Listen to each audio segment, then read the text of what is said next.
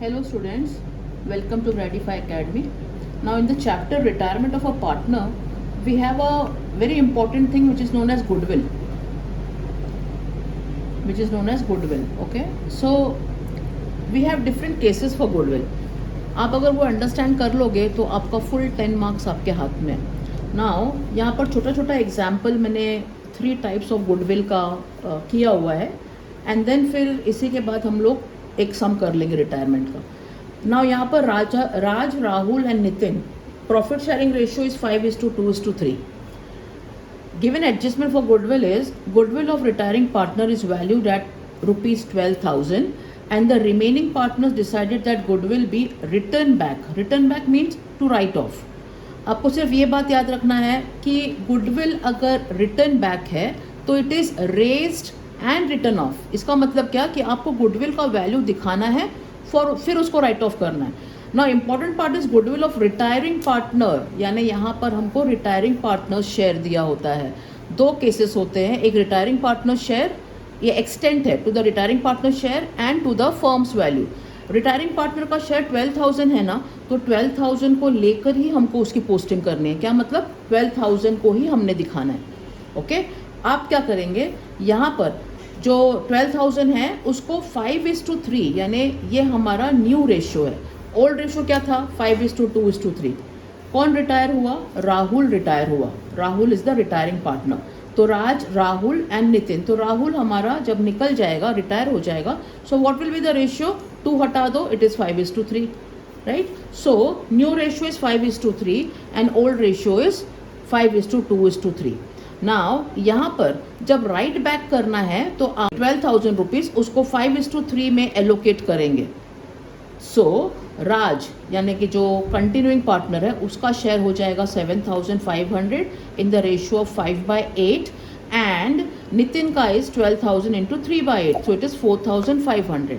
अब आपको इसकी लेजर पोस्टिंग कैसे करनी है. लेजर पोस्टिंग आपको क्रेडिट साइड पे, कैपिटल अकाउंट के क्रेडिट साइड पे you will write by goodwill.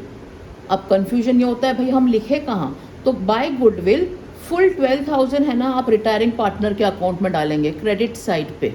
Okay, and इसका जो एलोकेशन है 7,500 4,500 वो राज यानी कि जो रिमेनिंग पार्टनर्स हैं या कंटिन्यूइंग पार्टनर्स हैं, राज एंड नितिन के डेबिट साइड पे डालोगे. यहाँ पर हमने एलोकेट कर दिया है ना, तो it is just to goodwill account and bracket में आप लिखो रिटर्न ऑफ 7,500 एंड 4,500. इसका जर्नल एंट्री अगर होगा तो it will be goodwill account debit to Rahul's account. Goodwill account debit to retiring partner, यहाँ पे राहुल का नाम है तो आपको राहुल लिखना पड़ेगा. Goodwill account debit to Rahul's account 12,000 and Raj capital account debit 7,500, Nitin's capital account debit 4,500 to goodwill account. Okay, being goodwill written off in new ratio, है ना. लेजर अकाउंट देख करके तो हम जर्नल एंट्री पास कर सकते हैं. नाउ सेकेंड हमारा यहाँ पर एग्जाम्पल है अमर, अकबर एंड एंथनी. उनका ओल्ड रेशियो है 1:1:1. अमर रिटायर्ड, मतलब फर्स्ट पार्टनर रिटायर हो गया है, तो new ratio will be remaining 2 ना, 1:1. What is the adjustment, goodwill of the firm. Goodwill of the firm है यहाँ पर, जैसे यहाँ हमारा क्या था गुडविल ऑफ रिटायरिंग पार्टनर, तो हमने सीधा 12,000 लिया. बट यहाँ पर सेकेंड केस में goodwill of the firm is to be valued at 30,000.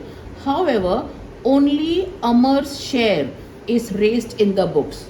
Okay, Amar's share, which means 30,000 firm का है. फर्म मतलब अमर, अकबर, एंथनी तीनों का है, उसमें से सिर्फ हमको अमर रिटायरिंग पार्टनर शेयर लेना है. अब new ratio is, old ratio is 1:1:1, तो अमर का शेयर कितना होगा 1/3. 30,000 into 1/3 is 10,000. This is अमर्स share of goodwill. Now also you have to make a point कि यहाँ पर goodwill is not return of. Not return of है तो डेबिट साइड पे कुछ भी नहीं आएगा, है ना. वेयर क्रेडिट साइड पे you have to write by goodwill account, फिर से रिटायरिंग पार्टनर के अकाउंट में 10,000. रिटायरिंग पार्टनर अमर है तो अमर के अकाउंट में, यहाँ पर हमने नहीं, राहुल रिटायर्ड था तो सिर्फ राहुल के अकाउंट में 12,000. यहाँ पे अमर रिटायर्ड है तो बाय गुडविल अकाउंट 10,000 अमर के अकाउंट में.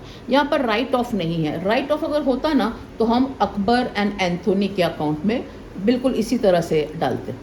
Okay, this is the second type of adjustment of goodwill. Now third is goodwill of the firm is 15,000 and goodwill not to be shown in the books of accounts where A, B, C are partners and B retires. Okay? Goodwill of the firm, पूरे firm का 15,000 है and goodwill not to be shown in the books. Not to be shown means it is written off. आपको अपने books में दिखाना नहीं है. Books क्या होता है? Books होता है balance sheet. ठीक है, when it is written ना not to be shown in the books, मतलब you don't have to carry any amount of goodwill in your new balance sheet. इसका मतलब ये होता है. Now ये extent क्या है? क्या ये retiring partner share है कि ये firm's value है? तो यहाँ पर वो लाइन दिया ही नहीं है कि एंड रिटायरिंग पार्टनर शेयर. अगर बी रिटायर है तो वहाँ पर दिया होगा ना and B is share in the goodwill. ऐसा कुछ भी नहीं दिया हुआ है. ओके, ये सब आपके टेक्स्ट बुक का एडजस्टमेंट है. Now when B retires and goodwill of the firm is 15,000, आपको ये 15,000 goodwill account debit to all partners. Remember, goodwill account debit to all partners. What is the amount? 15,000.